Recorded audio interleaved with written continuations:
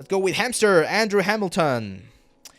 Andrew says here, the message says, good morning, afternoon, or night. Thank you for your feedback last month. I've been working on more complicated projects this semester of college. I plan to add more textures to the transformer, or maybe I got them done before the review, but I hope to work in films. Let's take a look. Yeah, I remember yours. I think I remember some of yours. I really like this castle. This one's a fun one. Stylized, but I like it. This transformer. Yeah, we need to work on more textures, man. This one's a good one. I think if you texture this one with proper textures, you're gonna be able to get some nice nice results. Because this one right here, again, simple asset. I think I've seen your, well, we've seen your portfolio before. I remember this KFC one. So yeah, let's work more on textures, man. We gotta invest a little bit more time on making sure that we can, again, have something that really pushes things to the next level. You don't really need the logo, the Maya logo here. I think it might actually like hurt you. So I might just take it out, to be honest.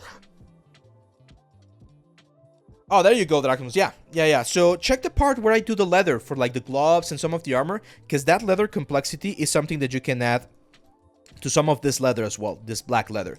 And again, reference, my friend. Like, who is a better reference than freaking Jack Sparrow, right?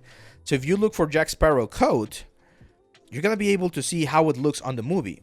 And look at this. Look at how much color variation there is on the elements, okay? Here, let me show you something real quick. There's a little demo about textures. This is some of the stuff that we cover on the course, by the way, guys. You should publish your own art book, brother, and show the UVs and everything. I think it will sell decently well. I don't want to do books. I've thought about them. I don't really want to do books, to be honest. It's just like not that kind of books. If I ever write a book, I would like to write a novel or something. But I don't really want to. I don't really want to add to do books. Okay, so here's a stone. Let's hide that stone. Let's say we want to texture this stone, and we want to follow what I'm just telling our good friend here, Dracmus. So if I want to add variation to the stone, what I recommend is doing the following. Let's start with the basic material. Let's say this one right here. This basic, like, concrete material. I'm going to get rid of the hide information. So I'm just going to leave the little, like, dots right there. Okay? And then I can grab any other material, like this clay terracotta. And what I'm going to do is I'm going to turn off everything except for the color information of that clay terracotta. We can add a black mask, and on the fill layer, I'm going to add a fill layer to that black mask, and just look for some grunge effect. Like, I have some that I made myself, like this one right here, or you can just grab anyone, like this grunge cobweb or whatever. And then play with the blending modes, something like a multiply, for instance, or like a screen, or like an overlay, right? And that's the way in which you can add complexity to the textures. Then you, of course, like soften this. And I want you to look at the albedo map right here. This is a basic stone, just like a very basic gray color stone. But then we add this one right here. And then you can add another one. Let's add another type of material like this clay right here. And again, we only need the color information from that material. And on this one, let's add, let's say, another fill layer. Let's add another grunge like this one right here. And then I'm going to add a generator, and it's going to be a position generator, invert this one, and I'm going to multiply this. Right? So now this sort of like color effect is only on the bottom part of the stone. And I can change the color. Let's say, let's go a little bit, I don't know, freaking blue or whatever. Like a different kind of stone right there. And then when, of course, blended with something like a multiply or like an overlay, and we play with the intensity there. And now we've successfully created a texture that's more interesting to look at than just having a base sort of like element.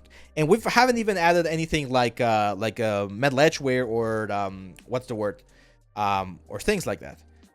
I tried, but my base color was black. That's why I didn't know what to add. So if you have a black color, don't go full black, right? Like don't go like complete black. Go a little bit of a dark gray, and that way you can have variations on the dark colors. You can have something that's a little bit darker, something that's a little bit lighter. You can add some like scratches, for instance.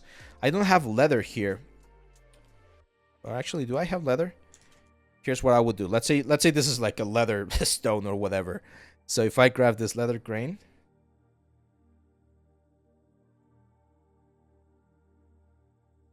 One right here. Let's wait for this to load. Yeah, No More Workshops has some amazing courses, man. I'm not sure if there's any specific like texturing course, but there's some really good. There we go. So this is the leather, the base leather, right? This could be like a leather, but right now it looks very boring. It looks very flat.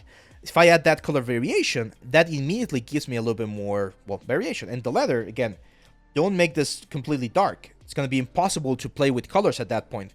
But if you make it like a dark gray color, something like this, right? Same for this one. Now, instead of overlay, we can use something like linear dodge. Linear dodge adds on top, like it multiplies towards the positive values. And we can add a little bit of variation there on the leather color. Look at that, right? We can add this one then, and we can have some like dark spots right there. So as you can see, we make a more interesting material without the need to really destroy anything that we have. Here's where I would add, for instance, scratches. It could just be like a white layer, add a black mask, and there's this fill layer. And we look for scratches. And we got, well, not those ones. Those ones are a little bit weird. This one. There we go. We, of course, need to tile this properly so it has the proper size for the scratches. Change the balance so that it's not as intense. We linear dodge as well. And it's probably not going to be white. It's probably going to be like this beige color, right? And there we go. So now this leather rock or whatever, looks more interesting than the basic, just like a color leather. Like if this could be just like a black leather, and then if we add a little bit of intensity or complexity, we can make it look way more interesting. Which again, this is what you would see on the albedo map. Of course, you play around with the opacity. You're not gonna have like full colors everywhere, so you might want to like blend these things a little bit. So it's just a little bit of a change. It might be very like not as noticeable as other things, but it's very important.